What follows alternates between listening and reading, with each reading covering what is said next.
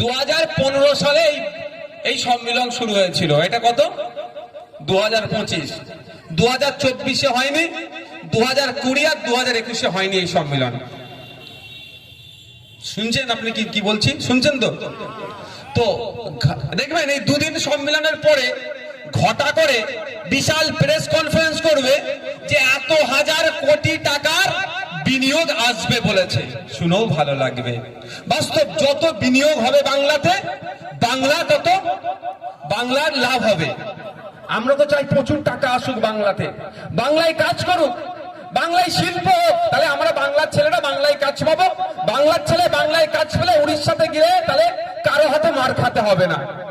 বাংলার ছেলে যদি বাংলায় কাজ করে তাহলে মহারাষ্ট্রে সোমনাথ দেবনাথকে যে কুপিয়ে খুন করেছে, তাহলে সোমনাথ দেবনাথকে আর খুন হতে হতো না। বাংলার ছেলে বাংলাতে যদি কাজ পেত তাহলে আপনার হরিয়ানাতে গিয়ে আর আপনার সাবির মল্লিককে খুন হতে হতো না। বাংলার ছেলে যদি বাংলায় কাজ পেয়ে যেত তাহলে আফরাজুলকে খুন হতে হতো না রাজস্থানে গিয়ে। বাংলার ছেলে যদি বাংলায় কাজ পেয়ে যেত বাঁকুড়ার হেমন্ত রায়কে কেরালাতে গিয়ে খুন হতে হতো না। আমরাও তো চাই বাংলায় কাজ হোক, কিন্তু কাজটা কেমন হচ্ছে?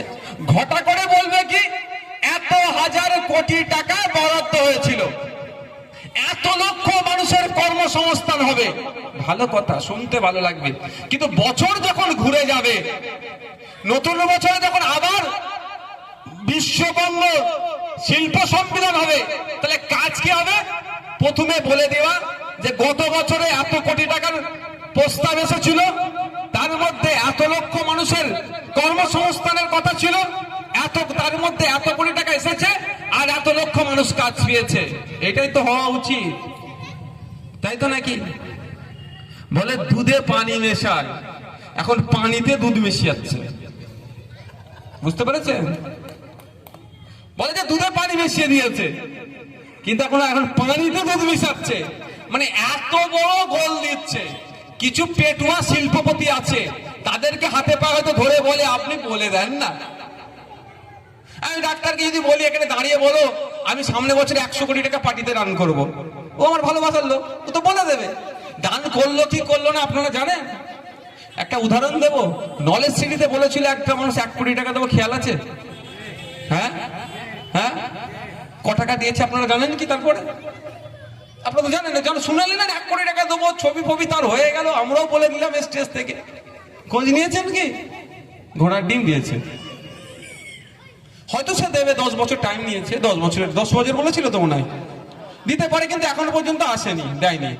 কিন্তু আপনারা শুনে নিয়েছেন 1 কোটি টাকা দেবে। ঠিক এই হচ্ছে গ্যাড়াকল এখানে। ওটা আমরা শিখাইনি ভাই, ওই নোংরা রাজনীতির পক্ষে আমরা না, কিন্তু এখানে পুরো শেখানো হয়েছে আমার মনে হয়। এই 2015 থেকে 2025 এই 23 অব্দি লাস্ট হয়েছে, 24-এ হয়নি। টোটাল আপনার প্রস্তাব ছিল 17,60,617 কোটি টাকা। ক টাকা? 17,60,617 কোটি। ব্রেন খারাপ হয়ে যাবে কিন্তু ভাই, একটু বেশি করে ভাবলে।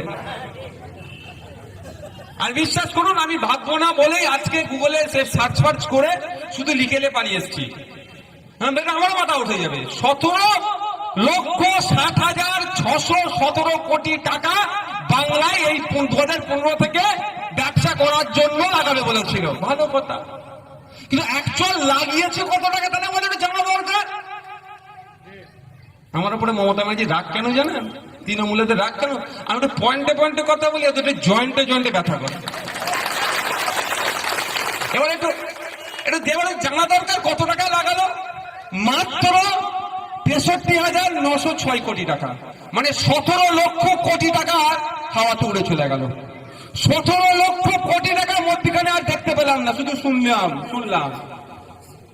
আমি 2023 সালে একটা চ্যালেঞ্জ করেছিলাম মমতা ব্যানার্জিকে, এইবারের জন্য বলিনি। আগের দিনে বলেছিলাম যদি সৎ সাহস থাকে এই শিল্প সম্মেলন হওয়ার আগে শুরুতে একটা বার্তা দেন যে বিগত বছরে কত কোটি টাকা প্রস্তাব এসেছিল, কত কোটি টাকা অ্যাকচুয়াল কাজে লেগে আমাদের বাংলা থেকে কর্মসংস্থান হয়েছে, কত কোটি টাকা ইনভেস্ট করেছে, ইনভেস্টের ফলে কত কর্মসংস্থান হয়েছে, আর রাজ্য সরকারের কত ট্যাক্স এসেছে। এই ডেটাটা দিয়ে তারপরে সম্মেলনটা শুরু করুন। আমাদের কথা এখানে ঢুকাচ্ছে, এখানে বার করে দিচ্ছে একা বলে। আর শুভেন্দু অধিকারীর কথা তো রাত্রে হয়তো ফেস টাইমে কথা হয়ে যায়, তুই যা বলার বল, আমরা ম্যানেজ করে নেবো।